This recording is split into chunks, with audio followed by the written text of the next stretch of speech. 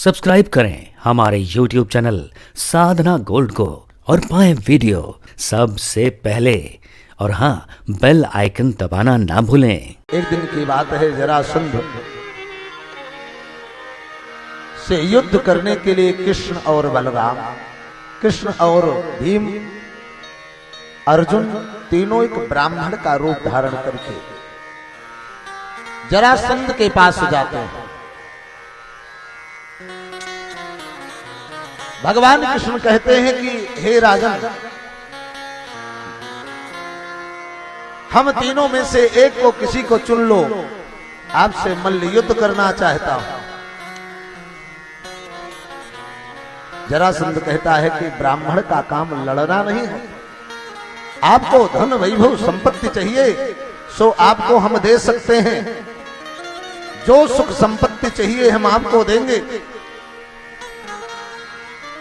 लेकिन ब्राह्मण देवता, हम क्षत्रिय हैं, ब्राह्मण से युद्ध नहीं करते।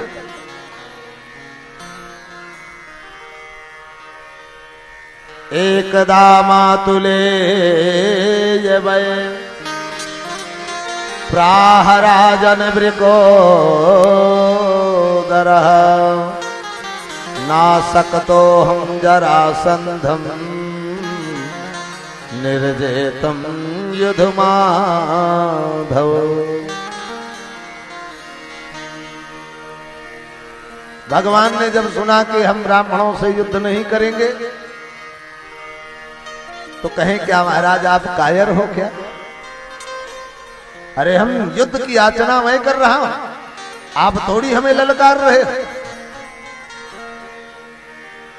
क्या मुझसे डर गए? आप हम तीनों में से किसी एक को चुन लो।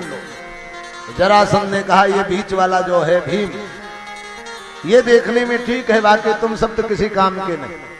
चलिए आज विश्राम करिए, कल हम आपसे युद्ध करेंगे। मल्ल युद्ध के लिए रंगशाला तैयार की जाती है।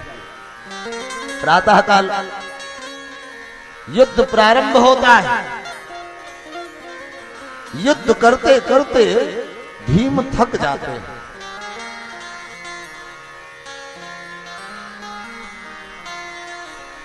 सत्ताईस दिन तक युद्ध चला था। महाराज कृष्ण बताते थे, ताली ठोकते थे और कहते थे, हाँ भैया भीम। एक दिन भगवान ने एक तिनका उठाया, तोड़ करके फेंका,